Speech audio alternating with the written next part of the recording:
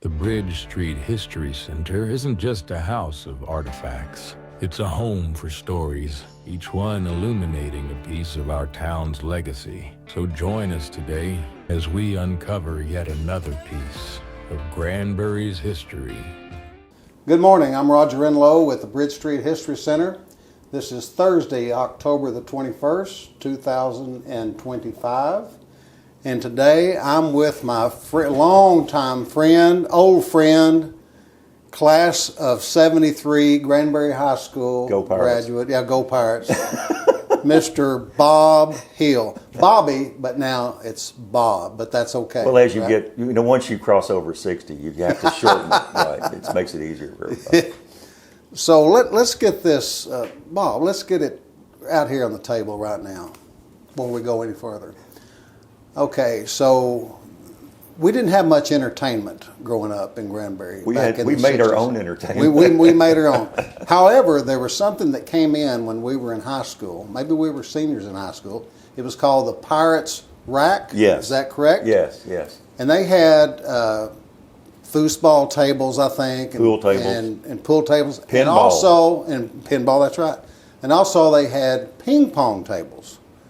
Now, I don't know who started this. I don't know if it was you or me, but it seemed like that we spent a great deal of time at the ping pong tables. And you sharked me out of my lunch money on several occasions. No. This got a public service announcement for everybody in Granbury and the Hood County area. Never play ping pong with this man. There is a rumor going around that he was the technical consultant for Forrest Gump for the ping pong scene in Forrest Gump. This guy has got a wicked spin, and That's right. he can make a ping pong ball talk to him. Really? Oh, well, Really? You're just that good. Well, I don't recall that, but whatever. We'll go on. But hey, I think we spent, and I don't think this was me. I think this was you that led this to our English class spent more time at, Yes. at the ping pong table than we did in English class. Is that right? Which is why I still cannot write a complete sentence. But that's another story. Okay, Bob, you were born in Big Spring, Texas. Is that Yes, correct? that's correct. Yes. Okay, so you spent your youth there. Well, until what? I was born in Big Spring in 1955, and we lived there until we moved to Granbury. I started coming to Granbury in 1955. I was born in November. I was born on Thanksgiving Day, 1955. And my grandmother and my family, my mother's family, all lived here and started coming to Granbury as a human being, okay, in December of 55. So I've been in the Granbury area since 55. We actually moved to Granbury in 1968. My father had been working for what was then called Cosden, the Cosden Petroleum Company in Big Spring, Texas. They had a refinery in Big Spring, and Dad worked there for 25 some odd years, and then did a career change at that point in his life, and came to First National Bank in Granbury, Texas, just down the street here, and began working for the bank and finished out his professional career as a banker.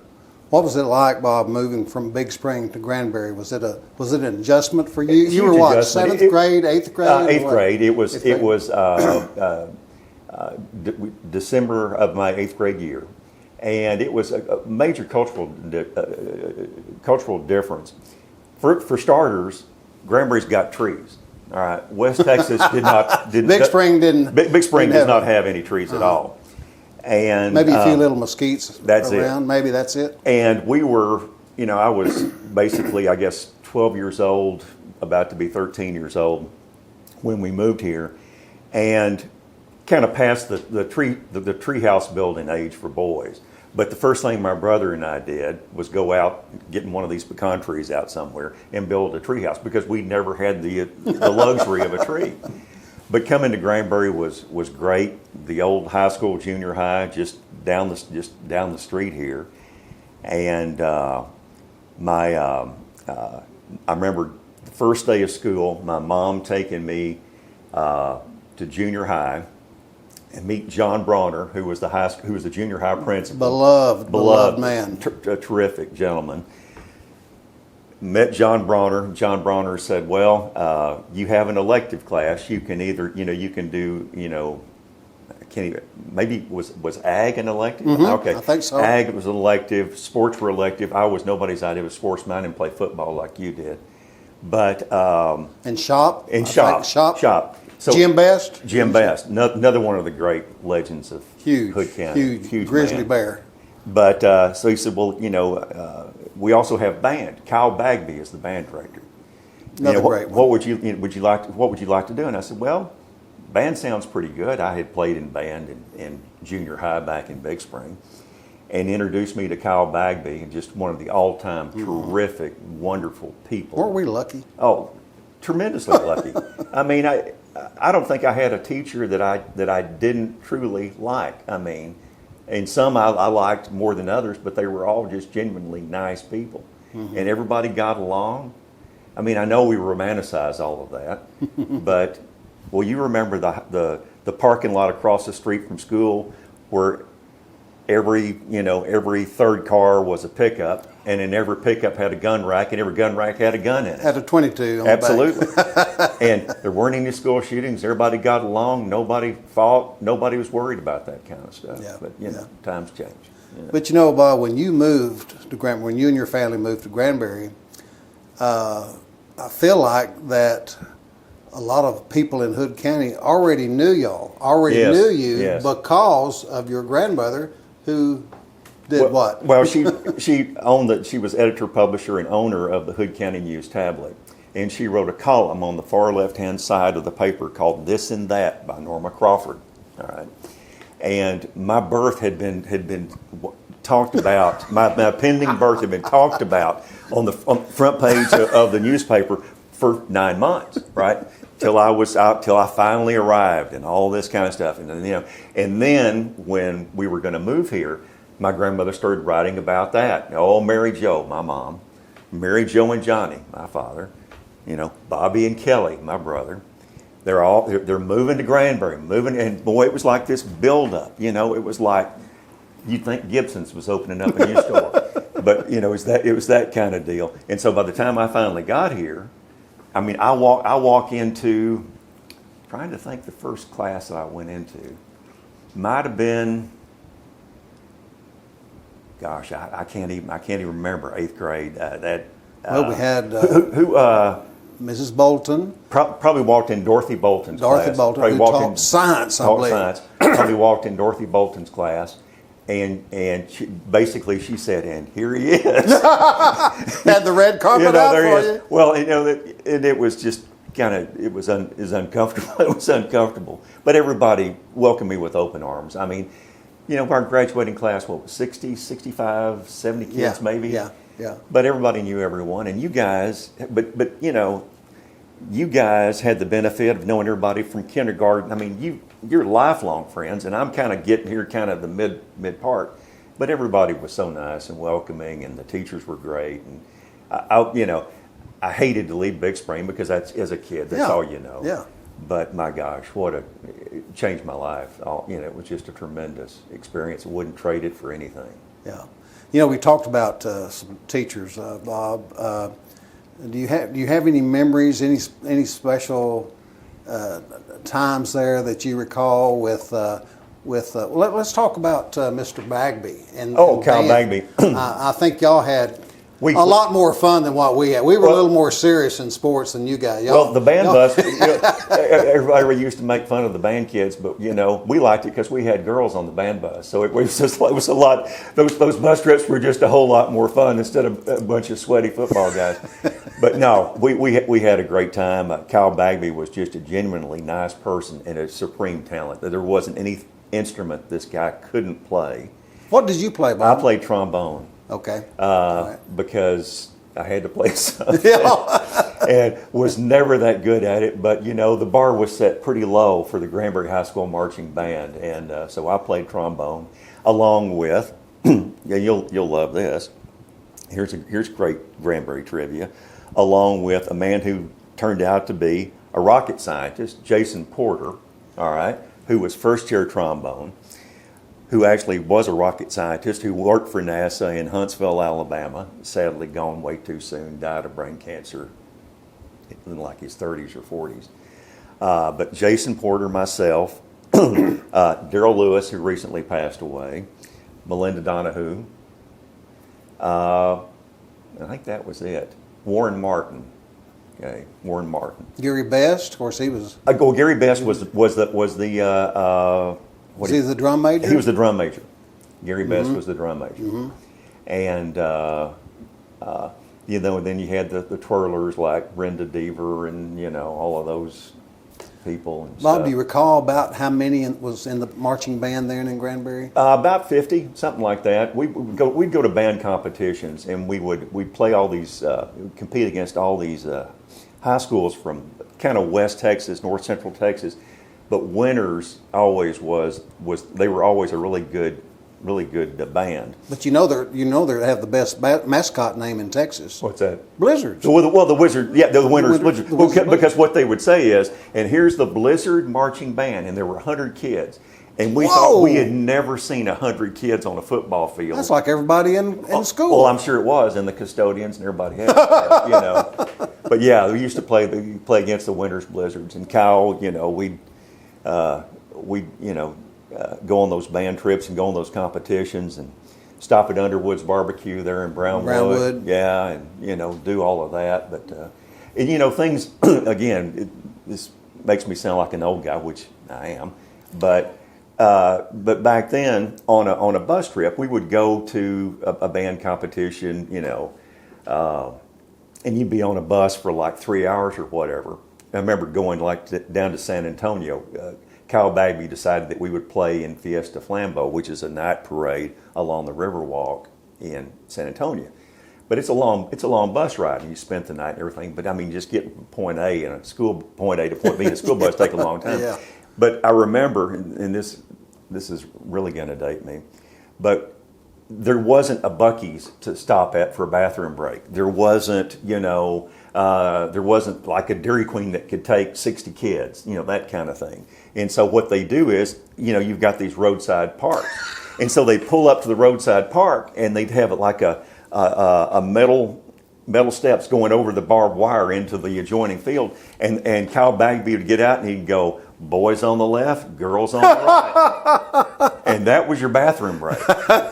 So, but again, everybody got along. It worked out. It worked out. Wasn't Worked any big out, deal. didn't it? Now, try that today and Yeah. see if you don't get a letter exactly. to the school board. That's funny. That's good stuff. That's good stuff. Oh, man. So Bob, the Opera House, Granbury Opera House, Yeah.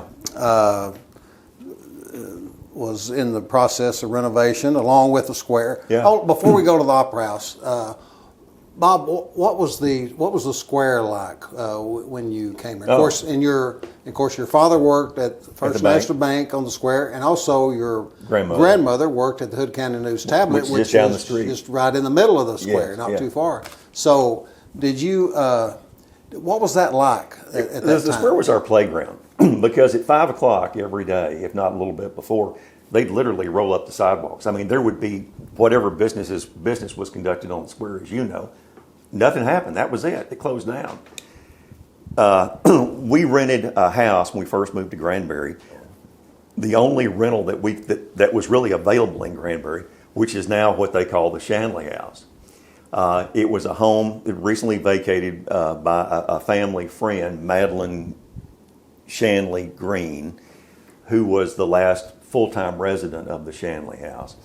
Her family had two brothers that lived in St. Louis. I think one was a dentist, one might have been another type of physician. Long-term family friends, and they were in the process of cleaning out the house. And as that was going on, we're in the process of moving, and we were looking for a place to rent while we were going to build a house. And they happily rented us the Shanley House, and so we lived in the Shanley House for like the first year and a half that we lived in Granbury. Shanley House, pretty creepy, let me tell you. Was it haunted? Oh, it's absolutely haunted. Did you have some experiences? I had experiences, yes. Well, let's hear them. Well, Madeline Green was a seamstress, All right, she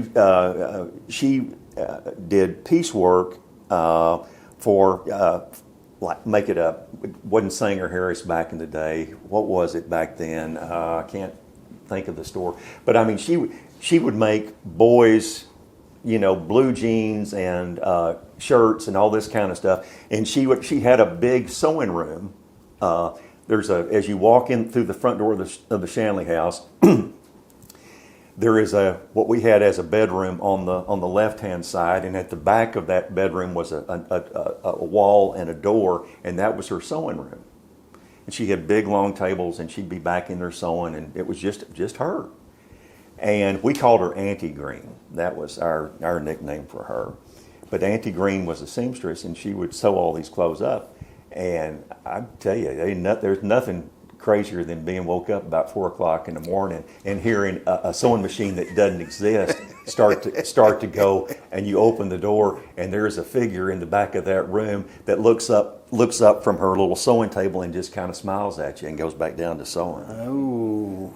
Ooh. Now, if you're 12 years old, that's kind of a big deal. Well, Yeah, sure. Yeah, absolutely. But the square. Back to the square. The square was our playground. My brother and I, we lived the Shanley house is on Travis Street, North Travis.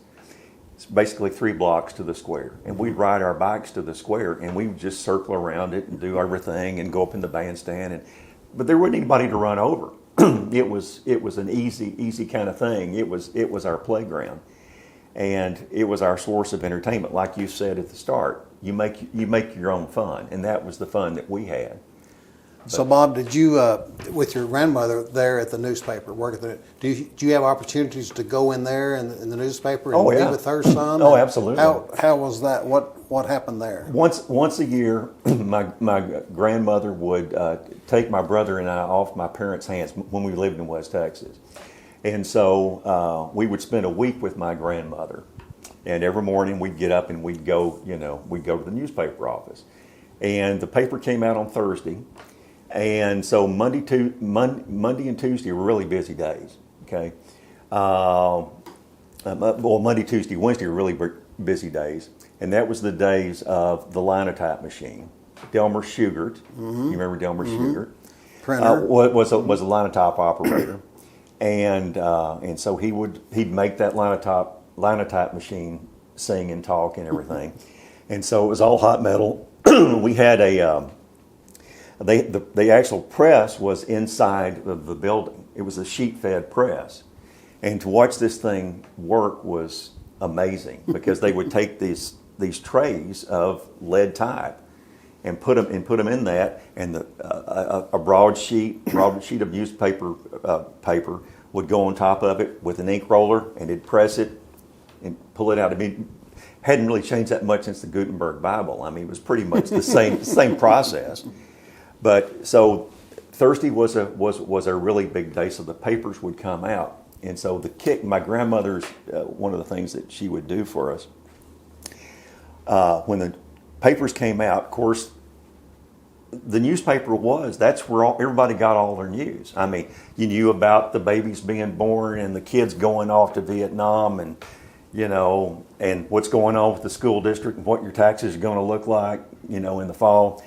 And so my grandmother would, when the paper came out, my grandmother would give my brother and I make it up like 10, 15, 20 copies. And we'd go around the square and we could sell the newspapers. We were newsboys, all right? The paper cost 8 cents.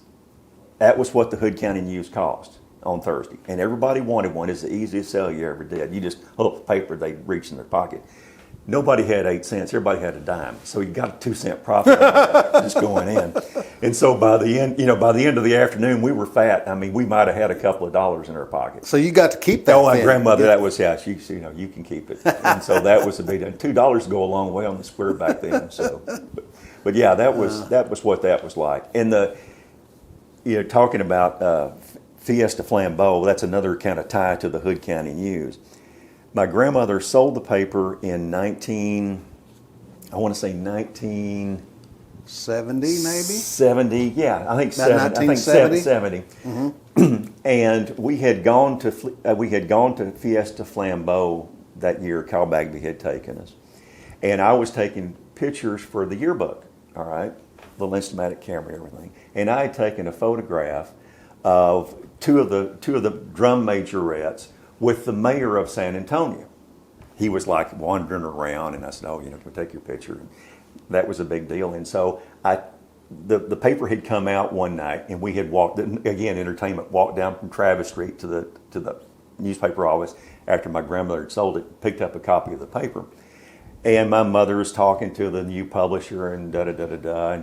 And he says, "Well, what's going on in school?" And I told him about going to Fiesta. And I said, "I took this picture of the mayor." He said, "Can I see it?" I just happened to have it.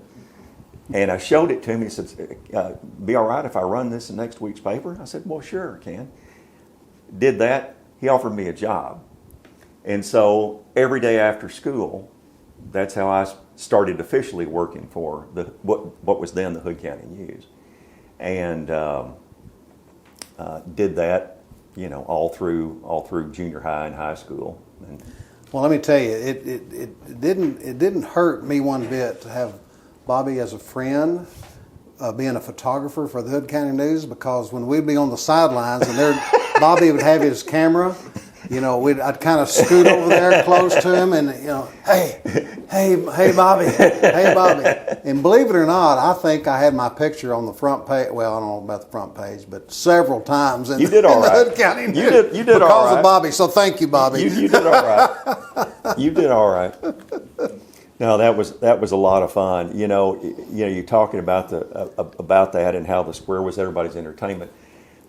I can't remember a whole lot of dates in my life. I can't tell you what I had for lunch yesterday. All right, but I can tell you where I was on August the 1st, 1966.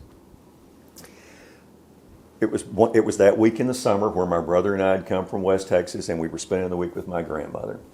August the 1st, 1966. I was walking along the west side of the square. Now help me out here. There were two auto stores. There was White's Auto and Western Auto. Correct. On the square, wasn't it White's Auto or was it Western Auto? Well, it was Western Auto. Okay, Western Auto. On the west side of the square. On the west side of the square. Okay. So I was walking past Western Auto, and they didn't just sell auto parts and stuff. They sold appliances. Mm-hmm. One of which was a TV. They sold TVs, big honking black and white TVs. Yeah. And they always had the TV on, and so you'd walk by in the display window and you'd see whatever was on. It could have been Slam Bang Theater with Icky Twerp. It could have been, the afternoon movie. It could have been a soap opera. But on August 1st, 1966, the world stopped because Charles Whitman got in the top of the Texas Tower and killed 14 people. And it was live on TV from that point forward. And it was just a static picture of the tower, of the UT Tower, and puffs of smoke coming out as Whitman tried to pick off kids on the campus. That I remember. Wow, I bet. Yeah. I bet. Etched in up there. Yeah. Wow. So, earlier before the interview started here, we talked about Kennedy's assassination. Yeah. Now you were in Big Spring. We'll have to go back a little bit to Big Spring.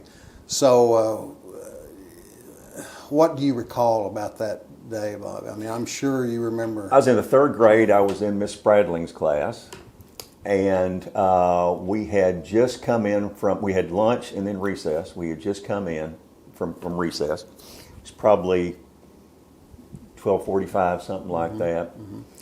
And I remember the entire school. It's elementary school, but I remember a school full of children being eerily quiet. And they ushered us into the class, and we all took our seats. And Miss Spradling, sitting at the front of the room behind that big teacher's desk, she looks at this group of confused third graders, and she says, "Children, I have some bad news for you. They just killed the president in Dallas, Texas." And she looked, and she took about half a beat. And then I've never seen anybody do this before or since. She looked at us and tears just started pouring out of her eyes, and she took her head and laid it on her desk like that and just sobbed, just openly sobbed. for a good, I don't know, 3 or 4 minutes, and we were stunned. The next thing we knew, they made an announcement. They said, school's being let out early. That's it. Yeah. Your parents will come get you. But I mean, she just sobbed. Very, very similar happened to me too. And we were living in Gainesville, Texas, and same thing. Teachers and staff were upset, crying, and they let out school. I remember walking home. Lived a few blocks away, and I walked home and talk about television and being just glued to everything. that. We were just glued the next 3 or 4 days, and Oswald was on my I guess it was 63. So on my 8th birthday, November 24th, 1963, I watched Lee Harvey Oswald be assassinated live on TV. You saw it. I saw it. You saw it. Yeah, I was sitting in their den in Big Spring, Texas. Was it in the morning? You think? Yeah, late morning. They were bringing Oswald out of the jail. Yeah. And he was that famous shot, with the guy with the gray fedora, and then Jack Ruby coming up with the gun and taking him out. And I remember Oswald going, "Oh," groaning as he was shot. Yeah. Wow. So, Bob, the Granbury Opera House was renovated along with other buildings on the square, Granbury Square. And I think you had a big part in the opening and the start of the Opera House. I was there opening night. I actually had a role. And that was 1970. It was Juneteenth, 1975. Okay. And the name of the play was Gold in the Hills, or The Dead Sister's Secret. It was a melodrama. And I played the role of Slade. I was an undercover railroad detective. Oh. And Jerry Abbott was the lead.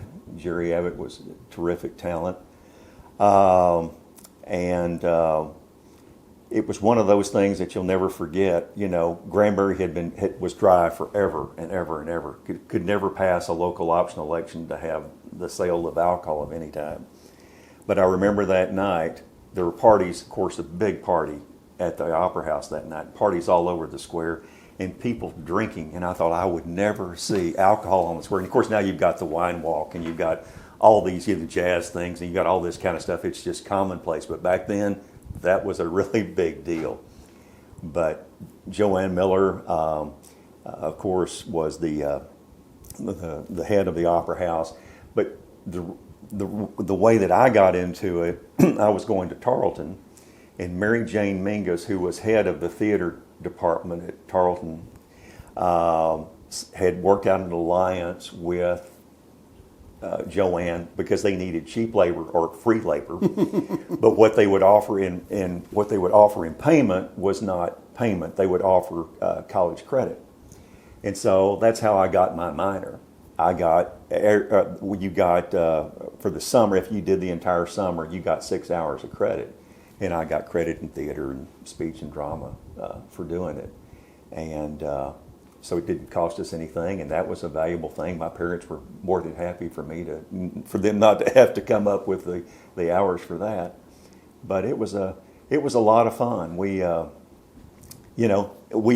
moved out of the Shanley House and built a house out on the lake, and the Shanley House was where the kids was where the Granbury Company lived. That first summer was in the Shanley House. Mm-hmm. No air conditioning, it was just one bathroom. It was just the worst, but they made it work. But then the next year, of course, they moved to the hospital had changed, and they moved into the old hospital, the dormitory, which is now gone. And I think, Bobby, there was an incident that might have happened at the old hospital there that you might want to. Yeah, you want to hear the story about how a former mayor and myself were almost arrested on suspicion of murder? Yes.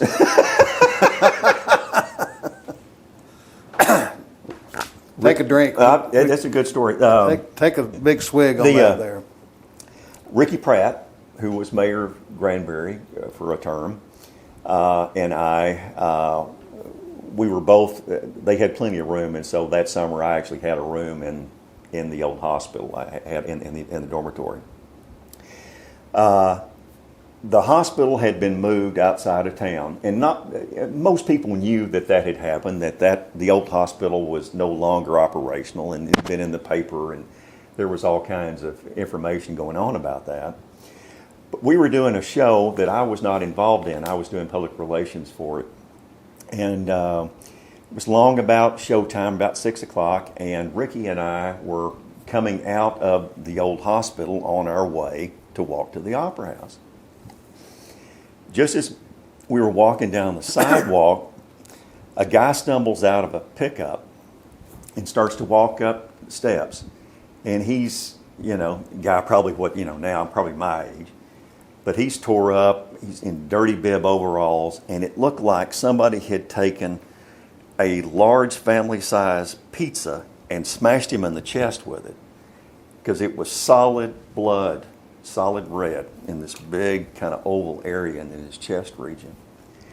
And he's stumbling up the walk, and he's brushing past us. And I said, "Sir, well, what are you looking for?" He says, "I need to get to the hospital. I've been shot." And I said, "Well, no, the hospital." And I tried to explain to him, and this guy he's lost a lot of blood, and he's in no shape to drive. I don't know how he got to where he got. And he says, "Yeah, I've just got to get a hospital." And so I look at Ricky, Mayor Pratt. I look at Ricky and I said, "Come on." And my car was right at the bottom of the steps. I said, "Come on." I said, "Let's get this guy to the hospital." So I open up the door to the old bench seat, 19 whatever, Chevy Chevelle or whatever. Throw this guy between Ricky Pratt and myself. And he's just bleeding and mumbling kind of incoherently. And we take off for the hospital. Well, as we're driving to the hospital, it might have taken 5 minutes to get there. Guy looks over at me and he goes, "I don't look too good, do I?" And I said, "Oh, sir, I'm not going to lie to you." I said, "You don't look good at all." He says, You don't think I look good? You ought to see the other guy." I thought, oh my God, there's been a killing. So we pull up the emergency room, again, small town Granbury, pull up the emergency room. Ricky gets out, open the passenger door. I get out, and we're getting this guy, and we're hollering for help, and get us a gurney or whatever, get a wheelchair. And this big nurse comes up, and she goes, I said, "We got a gunshot victim." This nurse says, "Well, okay, I need to get your information, and I need to get looks at Ricky. You need to get your information too. We need to get your information because you brought this guy." And I said, No. We're just good Samaritans. That's all you need to know. We just, which was just a total bluff. Everybody in Granbury knew everybody. I'm sure this woman knew me, knew my grandmother, knew the whole thing. And so she finally just, this guy needed more care than what he's going to get there in the entry. And so they scoop him up. Ricky and I get in the car, and it's just the bench seat's just covered in blood. I never got all the blood out of that car. I think when I sold it, the seat belts were still, kind of crimson. But anyway, so we drive back to the theater, and I go up in the light booth to hang out with my friend David Perez, who is the technical director, and I'm up in the booth with David. And David's wearing a little headset, and I'm kind of about as close to David as I am to you, and I hear crackled over the headset, and he goes, yeah, no, he's here. He's right here beside me. Huh? Oh, okay, yeah, I'll send him down. He goes, they want you downstairs at the box office. I go downstairs to the box office. There's Mary Kate Durham, who ran the box office, and Kay Durham, her daughter. And standing in front of the box office, talking to Mary Kate and Kay, is Henry Robertson, who is the sheriff of Hood County at the time. Made John Wayne look like a dwarf. I mean, this guy was bigger than God. I mean, big old Stetson hat. Big old Stetson hat. Had a sheriff's badge, kind of like an emblem on a C-Class Mercedes. This thing was huge. And he goes, "Mr. Hill, I need you to come with me." I said, "Okay, Sheriff." I'm thinking, well, the guy's died. They want to know what the guy had said, or this kind of stuff. And I think, okay, I need to go with the sheriff. walk outside of the Opera House. Sheriff's police vehicle or sheriff's car is pulled up in front, and I go to open the passenger door, and he goes, "No, you ride in the back." He opens the door. I get in the back seat, and I realize that there are no handles on the inside of the back seat of a police car. I'm thinking, well, this isn't going to turn out the way I thought. And as we pull away, he's going to take me to the hospital. As we pull away, I hear the radio crackle, and he goes, "This is the sheriff. Suspect in custody."